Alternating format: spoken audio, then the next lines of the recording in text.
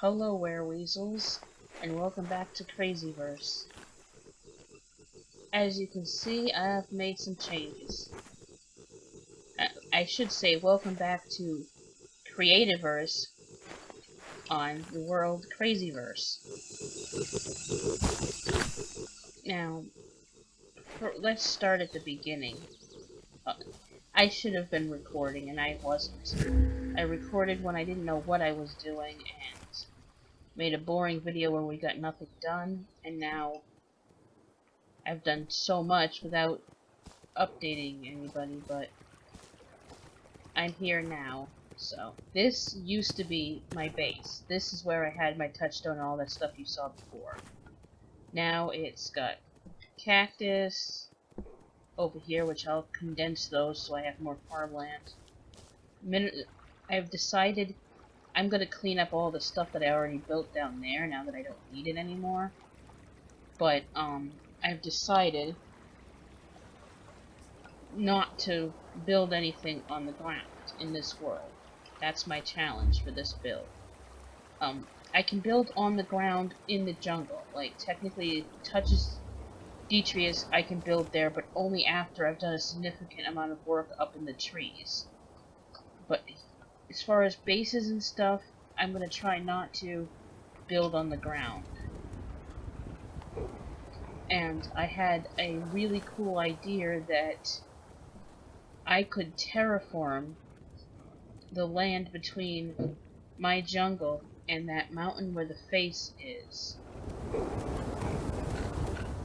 And,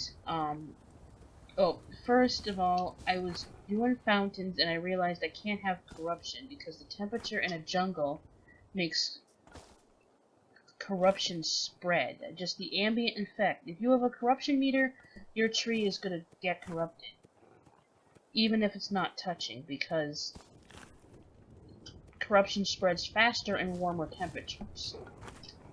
So, when I was doing my fountains, I needed a place to put my corruption that wouldn't corrupt my entire jungle. So, I was thinking of having, you know, since this is a fantasy fairy village type thing, you know, in all of those kind of epic fantasy adventure stories, you have the evil tower where, like, the Dark Overlord lives or whatever. And that would be this badass obsidian giant monster evil looking thing. That's where my fountains of corruption would be. But if I'm gonna do that, there's not really a good place to put it in the jungle, because even if it's made out of obsidian and it's not gonna corrupt, it just taking that chance, or where would it be appropriate, you know? But having it on a distant mountain, well, that makes sense when you think of those types of worlds. What if I terraformed this entire area here, got rid of all this stuff that I was working on, moved it somewhere else or whatever. I was thinking, terraform this whole area between my mountain over there, which is barely loaded in, and, this jungle, make it this giant obsidian, or make the giant obsidian tower on top of the face, make the face look more evil, and then make this like the wasteland. This and all the savanna that's in here, like, make this whole area into some kind of rocky, scorched, you know, with the canyon, basically leave the canyon the same, but, like, maybe not really tear up all of the grassland, but just, like, flatten it and, like, make it look different so it's not recognizable. So, like, or maybe if this is too big of an area to really terraform, maybe just like a path, a diagonal path from the jungle through where I don't touch the canyon over there, and I don't touch... Sorry about that, I ran out of disk space yet again, but I figured out the problem. My recording software was saving the files twice. It had its own internal library within the program files. So everything I thought I was deleting was still in there. I went from running out of disk space to I've only used about 10% of my available storage. All because of the way that program is designed. But hey, now I can clear out those files every now and then and never have to worry about disk space, so woohoo! As I was saying before we were so rudely interrupted by things that happen, if I don't touch the forest over there, and I don't touch the canyon there, and I just, between where that hill is and where that hill is, like all that area between the two, all the way back to this area here around my tree, and all this savanna into the jungle. If I tear up that and make it into some sort of scorched wasteland, and then I put the evil tower over on the mountain, you know.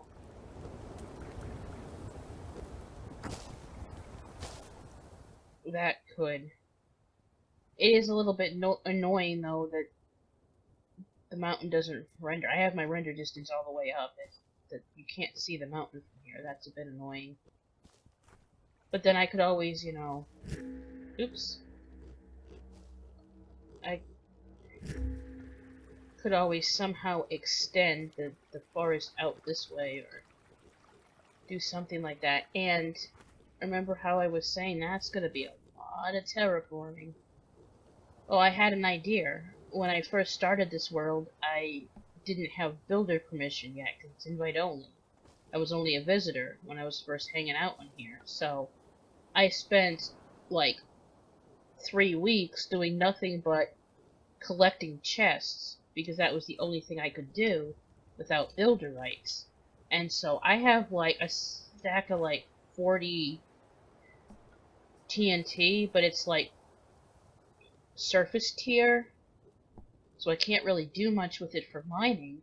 But if I set off a bunch of TNT to create little craters, or to just blow up all this surface dirt and sort of flatten and scorch the land, then all I would have to do is build some like towers and sharp rock spires and put down, you know, lava areas and, you know,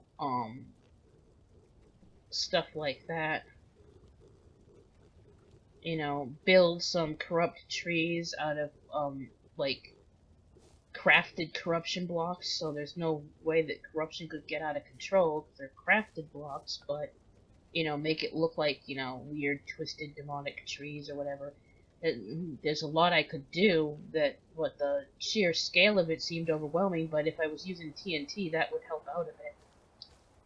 So, that was one of my ideas, but this is where my base used to be, and it's now just a farm, and it's a little weird. Unless I build a bridge over there, which I may do eventually, it's a little weird that the farm would be this far from the village, if this is the farm for the village.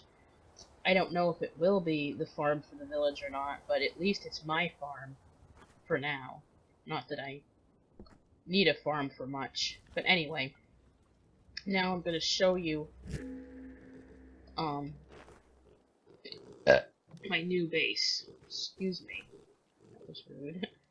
This is my new base. See, I have basically the same setup I had with that, but I elevated these because I have room to put another row of them down here.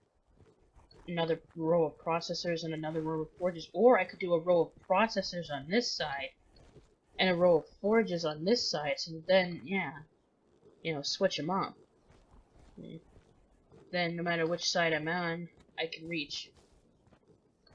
You know. Anyway. Just a thought. If we go up here,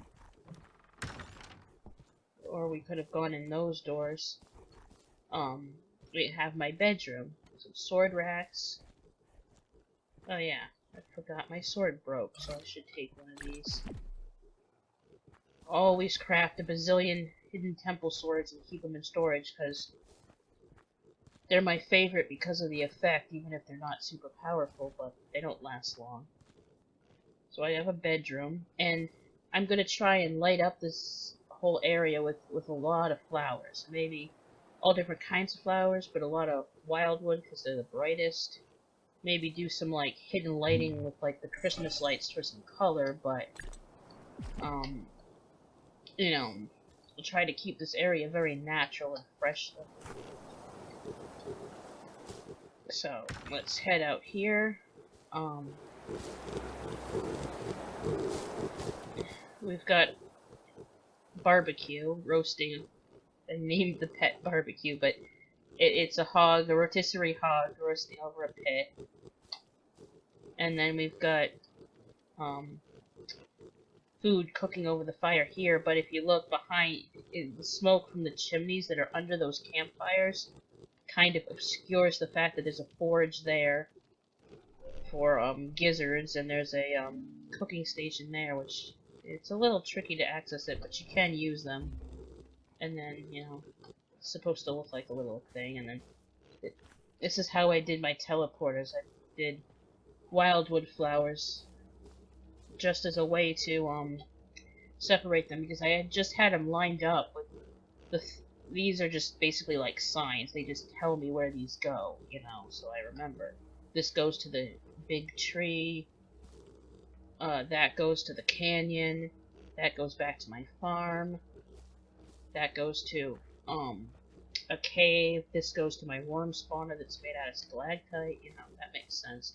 But because they were so close together, I would come out of one and go right into another. If I ran through one with too much force, I would get shot into another one, and it was annoying. So, with these blocks in between, it just stops me from, and it's set up so that having them on the sides and then on the back, leaving these spaces that I could put more teleporters if I needed to. Because it's not that, with the low gravity, it's not that hard to jump over them. Okay, so now let's get into the, and listen, these stairs creak. I'm going to use a lot of the haunted floor and haunted stairs just to get a nice creaky village. And we head over to here, and we have pipes. Now the storyline of this, and I tried to put corruption, there was a space for it here. If you look down here, there's a hole there that it was going to flow into, and I thought, okay, it's not, I was really careful to make sure it wasn't touching any of the blocks, but these two blocks here I had to replace because they became corrupted wood. And luckily the whole tree didn't go up in metaphorical flames, but because I caught it in time. But it did, just the fact that you have a corruption meter is enough corruption to spread, even if it's not touching, when you're in a hot environment. Corruption is dependent on temperature, which, if you think about it, it's always 90 down in the corruption, so that kind of makes sense. So anyway, we don't have corruption, but I explained that I'm going to do the evil tower will be my corruption area. And I don't really use it for much. I could always, you know, make a temporary source every time I need to duplicate it. So, but my idea is that the tree, like this whole entire jungle is connected with a life force. You know, I don't know. You wanna, you could call it Awa from the movie Avatar. You could call it Gaia. I don't know. Whatever you want to think of it as. There's this huge mother tree over there that's like,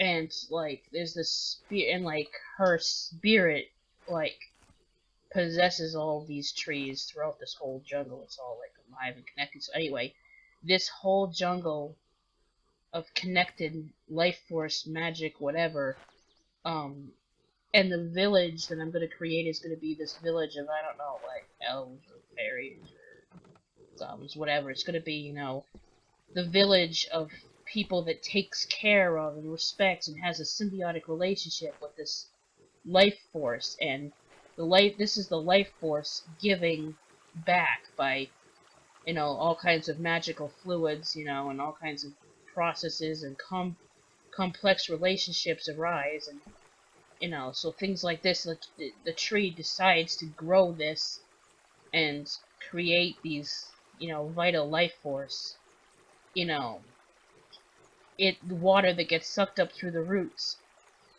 gets pumped out. Any extra water that the forest doesn't need to survive gets pumped here to be a water source for the village. And the tree itself produces, you know, mana energy, life force, magic, healing, you know, fountain of youth stuff, and it shares that magic gift with the warriors that defend it from the demonic whatever that lives in the obsidian tower, you know. And then, of course, tar being valuable because you can make it into so many things and stuff. You know, the roots of the forest reach down to an underground tar pit, and knowing that the tar is valuable and that it's a resource the village needs, you know, there's special piping built into the tree that can suck up the tar and transport it here, you know. You know, the tree itself, and then that would explain, I mean, there's no wildwood logs, I had to use cragwood, but that would explain why these are different color than this, because this is technically like dead wood. All of this is like living wood that has to support leaves and stuff, but this is a special type of rot-resistant, you know, wood that's just made for the pipes. It's a special type of wood the tree would produce just for making pipes. You know, whatever. It's a concept. So then we go up here.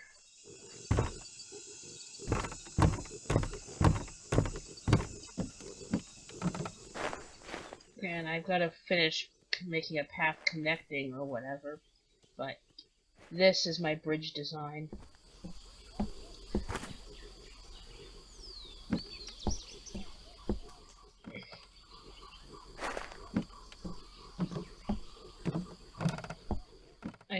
I wanted it to creak. I wanted it to have open slats so you can look down and see through the bridge. You know, to be like one of those rickety, falling apart bridges. And yes, this is a hole I purposely left here because you can't really fall down it. As long as you walk fast enough, you won't fall. But I thought, you know, every bridge needs that loose board that falls apart and, you know, that dramatic scene. These kind of bridges need that. I wanted to make it look old and run down and like it's been patched with different types of wood. And I put these fences, I thought were the best match. They're kind of expensive with the iron, but they do sort of have a reddish to them that matches the trees with the wildwood. And I wish they had different types of slabs. I wish these slabs could be a slightly darker color, but it doesn't look bad. I mean, if these slabs could be of, like, the weathered wood, like this wood here, that, if you had a slab of that, you know, that would be awesome.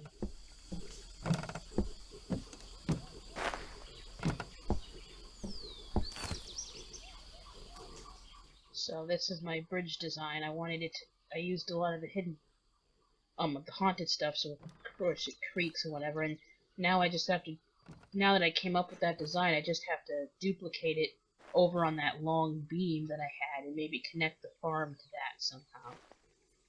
So, but this is what we're going to be working on right